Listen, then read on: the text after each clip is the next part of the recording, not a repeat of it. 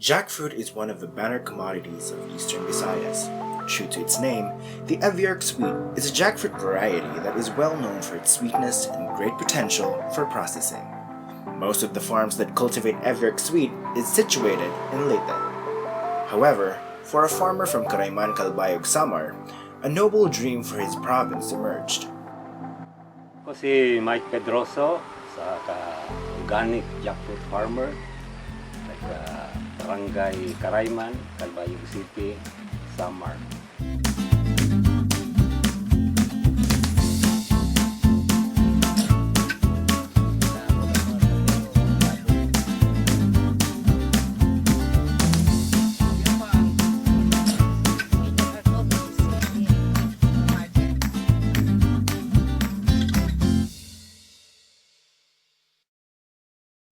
For Miguel Mike Pedroso, no municipality or province shall be known to be the only source of the EVIARC Sweet.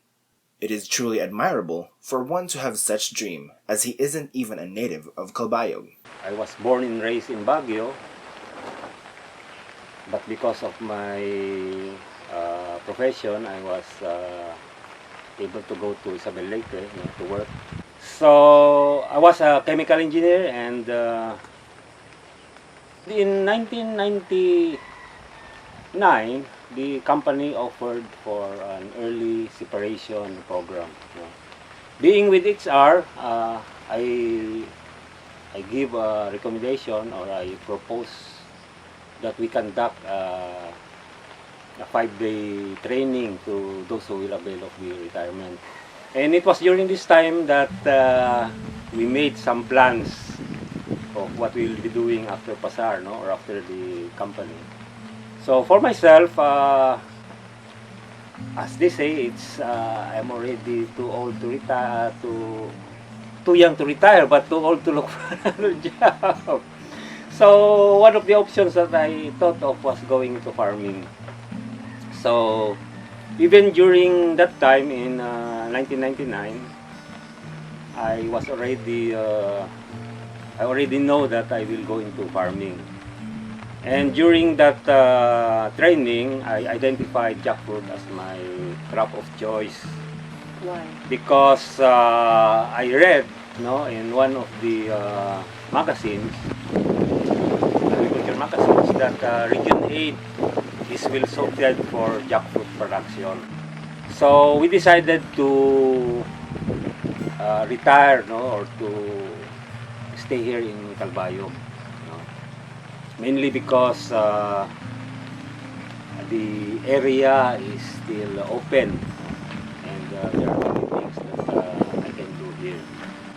And I started with rice production. Mike Pedroso Farm was established in 1999 with a 1.7 hectare rice field. He then acquired a 2 hectare coconut plantation, which was then converted into a jackfruit orchard.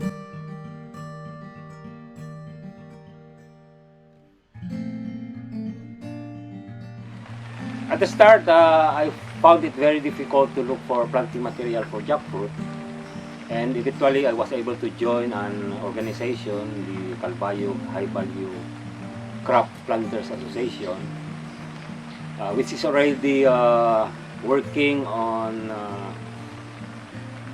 availing of jackfruit seedling from the Department of Agriculture. And luckily, in 2000, I was able to avail of 156 jackfruit seedlings coming from Abuyog, which I immediately planted in the 2 hectares land that I bought. So that's how I started with the jackfruit plantation. Now, the farm has already evolved into an integrated, diversified, sustainable organic farm. Mike Pedroso Farm showcases applicable technologies on jackfruit production, plant nursery management, and plant asexual propagation of the crop. The farm has already been a research site for studies to address the jackfruit phytophthora disease management and control. The farm also boasts a vegetable under protected structure. We were looking at jackfruit as a very good crop, and we were expecting that by year 2004 we will be reaping our effort. But it did not happen because apparently our jackfruit trees are starting to die. And we sent some communications with the Department of Agriculture about this problem. And some experts came here to assess the situation. I was asked to attend a 5-day workshop in Cagayan de Oro about this problem, and we were able to come up with a plan.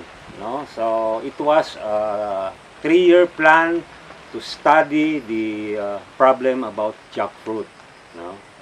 So it involved not only the farmers, it involved also the Department of Agriculture, specifically the Abuyog Experimental Station, and also the scientists of the Visayas State Universities. Since I am already a practicing organic farmer, I opted to conduct trials that are biased in organic agriculture. Of course, VSU conducted the trial on the identification of the causal organism, which we eventually found out later to be Phytophthora. We also studied the contribution of the insects to the problem. Then Abuyog also studied on what is the best way to propagate seedlings, to reduce this problem. And for the farmers is more on practices that we do on our farm to manage and control the problem. So after 3 years of study, we were able to come up with an integrated result on how to manage and control this problem, which was now identified as Phytophthora. Mike and his farm's potential is seen by the Agricultural Training Institute and accredited the farm as a learning site. He has also participated in various activities conducted by the center. I learned about the Agricultural Training Institute as the training arm of the Department of Agriculture. And in one of the activities, I learned about the e-learning. In fact, I think I completed more than 10 courses of ATI e-learning. No? Of course, one of them is jackfruit, others are goat production, citrus production, vermicomposting, even the community courses that was introduced by ETI. No? So, dito ngayon nakilala ako ng ETI also. I was recognized as a magsasaka scientista. And being one of the MS also, it opened a lot of door also for me. No? Meeting other people, being invited by ETI to attend this and to attend that. No? And it was during one of this training that I attended, which is the internal control system, that we were able to organize the organikong magsasaka ng Region Itso. And later na naging consensus rin na why don't we do something also? Kasi natulungan na tayo ng gobyerno, natulungan tayo ng ETI, bakit hindi naman natin extend sa iba yung natanggap natin na mga tulong? They came up with the kids journey, no? Yung tinatawag natin na knowledge, inputs, technology sharing, kids journey. Mike's plans for his farm are slowly becoming a reality. In December of 2017, the farm was among the 7 in the region to be issued an organic certification by the Negros Island Certification Services, or NICERT. I decided to go into certification dahil unang-una, merong law. No? So, yung RA 168, or the Organic Agriculture Act of 2010. Ikalawa, willing naman kasi yung gobyerno na gumastos.